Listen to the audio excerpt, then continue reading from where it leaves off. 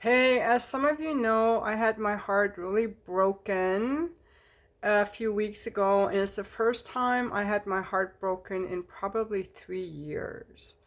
So, in this video, I'm going to take responsibility and let you know some things I've decided to do so that this will not happen again. So, first of all, I want to thank this young man for opening my heart and giving me such an amazing date and the opportunities I've had to learn from this and grow from this. So, no regrets at all. Now, it's true that I'm a deeply passionate person and I rather follow my heart. I'm staying very open hearted. I don't want to close my heart down. I'm just a deeply passionate person who likes intimacy and connection. But I did a few things here with this young man that took me a little bit off too far. First of all, I'm going to continue following my own judgment and inner voice. And when I sense that something is off, I'm going to just end it like I always do and not second guess myself or listen to friends who don't know the whole story. Because I originally had ended this 2 days after our date and I was just angry and I was fine. But second guessing myself and apologizing because my friends thought I should just led to a lot of heartache for me and another week of pain. So I'm going to trust my own inner voice. I also made a requirement that I do not want to do texting with a guy or anything like that to set up a date. I need to meet him in real life where he asks me out, or he can book a date off my website. And that way I can just meet him at the restaurant and there isn't all this texting that can pull me in emotionally before I've even gone on the date. Now, there's certain character things I'm going to look for in a man that I'm not going to overlook just because he's so hot. And that is that he keeps his word, that he's consistent, that he schedules dates, that he's responsive to my needs and my feelings, that he wants increasing closeness, and that the things he does make me happy rather than making me feel anxious or distressed or wondering.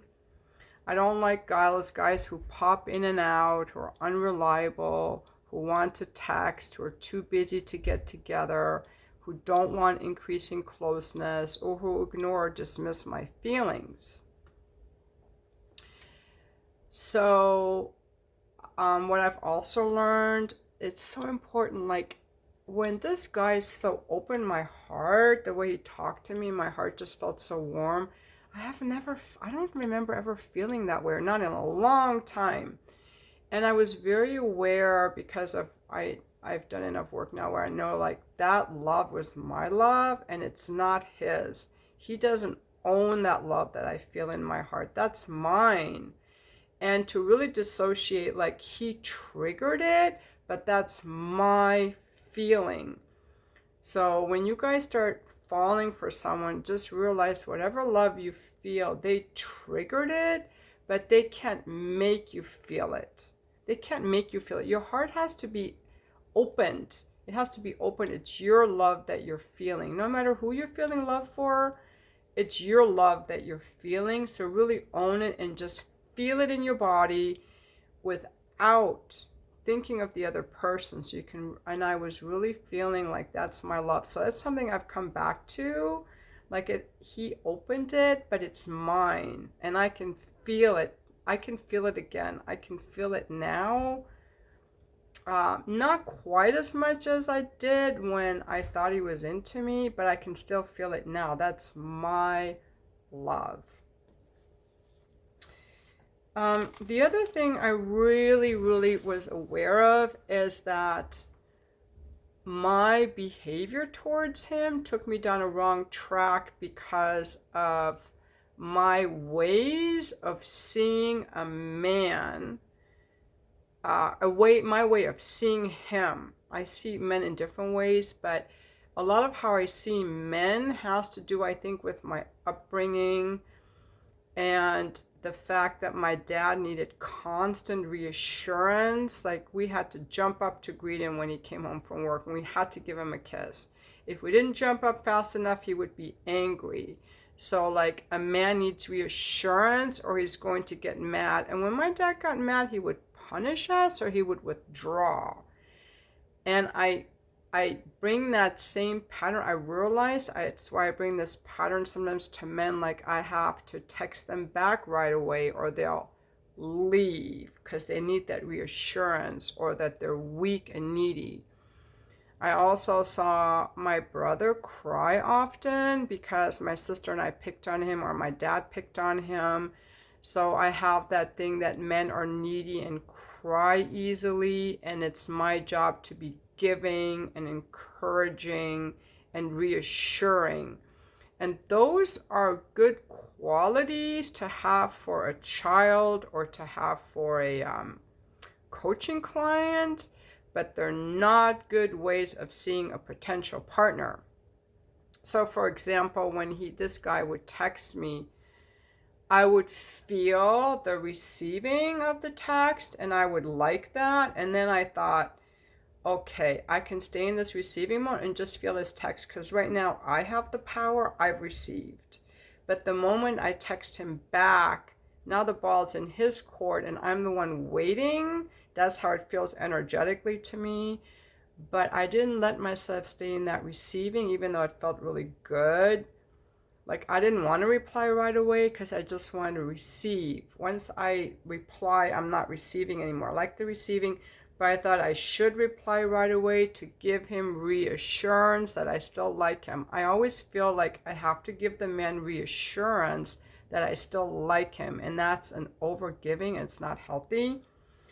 So what I did with him also was I was using the Mars-Venus books as on relating in a relationship, where I would forgive him when he apologized for not keeping his word. He apologized to me several times for not keeping his word, and I forgave him. So I was giving him boyfriend privileges where he hadn't even proven himself to me. So I was being too generous and I was giving him boyfriend privileges, even though we never had sex, by the way. So I overlooked his faults, and also I made excuses for him. Oh, he's just too busy. He needs his freedom. You know, he doesn't have to make time for me, and I'm responsible for not hurting his feelings. So that's a lot of negative stuff in my belief system that made me treat him in a way that was not helpful to me. So what kind of man do I need? And I'm going to start seeing men that I want to date in this way. This is the man I need. He needs to be strong, capable, focused. He can handle himself in his life. He can handle me. He stays interested even if I don't text him back for a whole day. He happily adds me to his life. He happily adds a relationship to his life because he can handle it. He's patient and he's responsible for his feelings. And he can handle the situation. He's a strong, capable being. So that's something I learned out of this. And then another thing that I learned out of it for myself for dating situations is that, you know, if you have a great date, it's normal to replay it in your mind, which is what I do. Some people future play. They think what this could be. I don't do that, but some people do that, or they fantasize about what the relationship could be, or this is the one, and this is how it'll be, and this is what we'll do. that could be your pattern. My pattern would be like replaying like the really great moments because they felt so good. And those are all things that can take us down a rabbit hole.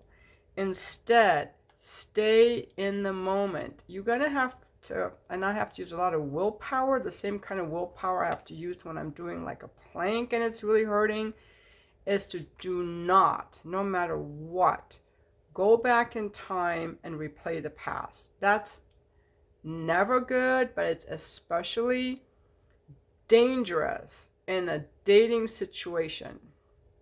If you're married and you're mad at your partner and you want to remember the times you first met, that's really great for reconnecting. But early in dating, we cannot bring relationship activities to a man who hasn't proven himself worthy or wanting the job. So stay in the moment. Stay in the moment. Stay focused on your own life, on your own interests, on your friends, and keep your thoughts in the now. And if you feel happy, like I was feeling happier, own that as my feeling in this moment, separate from him. That's super, super important. The second skill necessary in dating, I learned, is to remain skeptical. I'm so trusting and so wanting connection. I was overlooking things, and it's just to remain skeptical.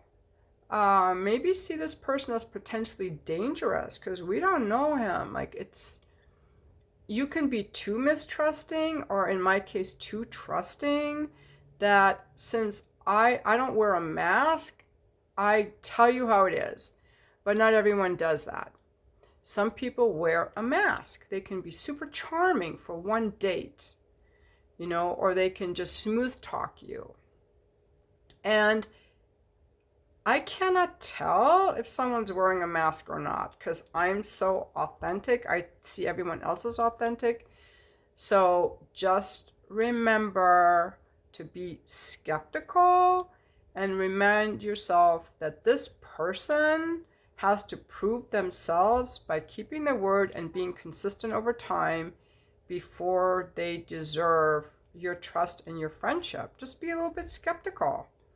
Like not like critical or guarded, but just like, well, that went well. Let me see what happens next. Let me just be a little skeptical.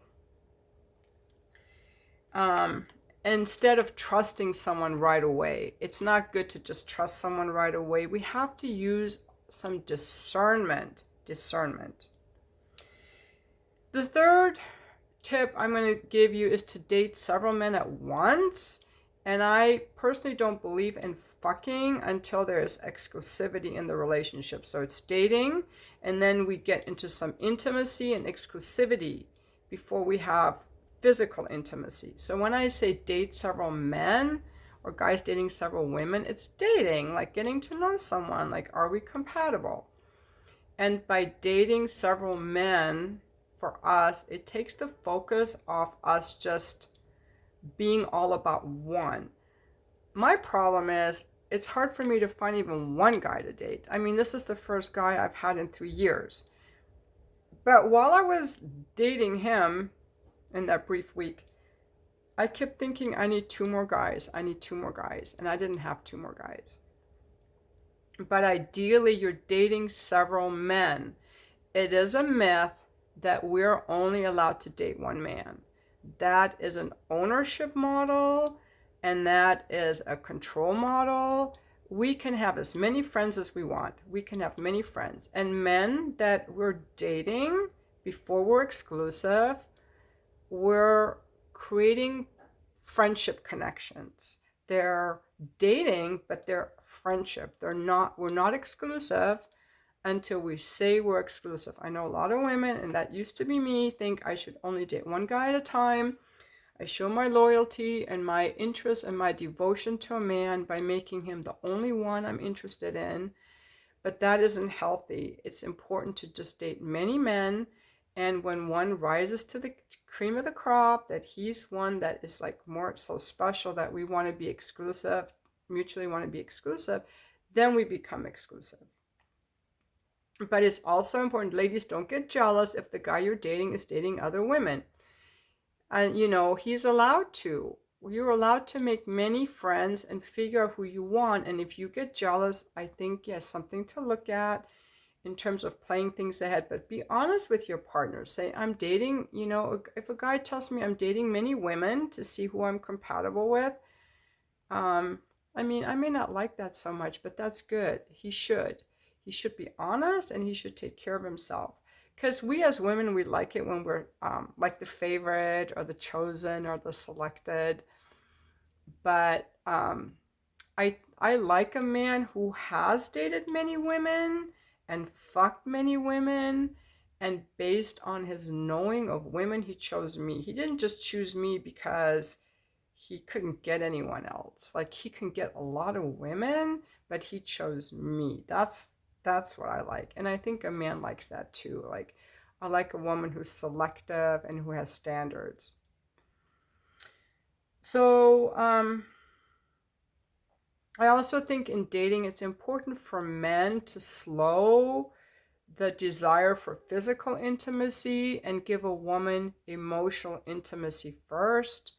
Just remember that, guys. And it's important for women to not rush the emotional intimacy and just be a little bit more lighthearted and playful, and don't throw all your emotions at him before he's really bonded with you. Just stay kind of, dating should be like a fun, positive experience. Yeah, and then also just I learned to really listen to my feelings. When someone pulls away, I start feeling anxious.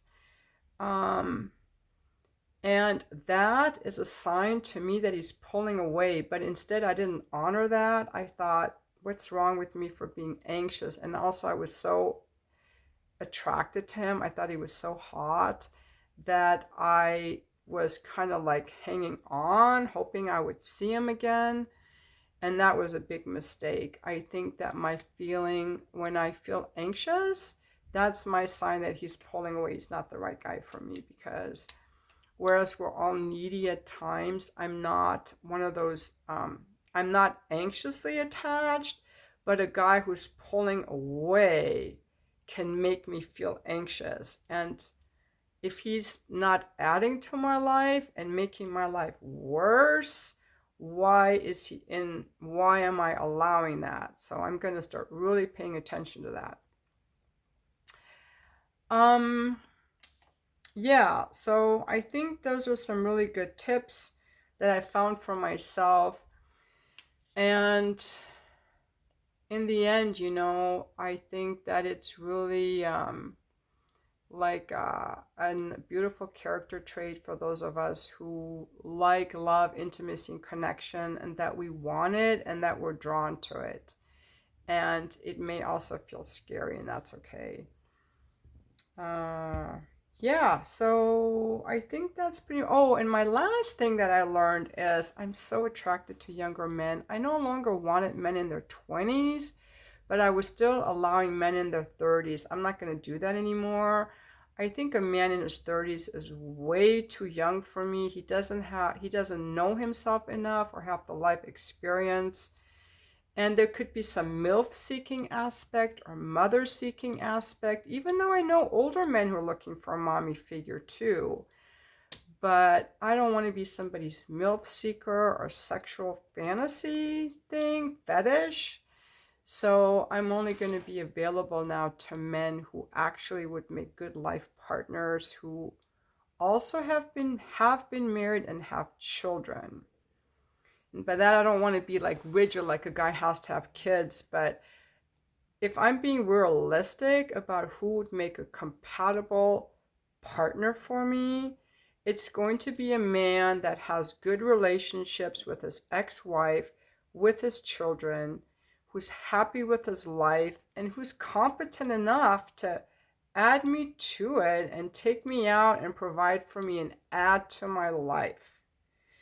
So I think there's just been too many people nowadays getting comfortable with the texting and with the fast sex. And, I used to do that because I wasn't really available for more. I was afraid of more, or I wasn't comfortable with more. But I'm no longer that person. I am comfortable with more and I do want more. So no texter boys, no social media come-ons. You know, any man who wants to date me has to meet me in person and ask me out or schedule a date with me. I added that on my escort website as a date Charizard option so they can go right on there, because I'm not going to do a week of texting to figure out where you can take me out. I don't want to give you that much time. I don't want to invest time with you, and I don't want to get to know you over texting. I only want to meet real solid men who are capable and who want closeness and who actually want to meet. And if you actually want to meet, there isn't a need for all that texting, in my opinion. So those are some things I've learned. I'm taking responsibility for overlooking my red flags, falling for someone too quickly. But on the plus side, when I met him, my heart was super open, and that's why it was so easy for me to fall for him. My heart was super open, but I think what I need more now is that open heart along with discernment. So I have a heart, but I also have a brain. And I'm going to start bringing that brain online. And I have this little checklist now. And I'm going to start using it and be like, okay, does this guy check off? And if he doesn't, he's gone. So I feel safe again dating, because now I feel like I have some control over not losing myself too quickly, which rarely happens, but it has happened to me before. This isn't the first time I fell for a guy too quickly. So I hope you've enjoyed this video. Please subscribe to my page and look in the description below for ways to contact me and follow me on other social media. And thank you for watching. And if you've had your heart broken, it's like the most horrible, painful thing. It's like a physical pain. You know, maybe I should make more videos about dealing with heartbreak. Why don't you email me if you're in a heartbreak situation, and I'll make a video addressing your concern. Not specifically, it'll be anonymously, but I think that a lot of people could probably need more videos about healing a broken heart.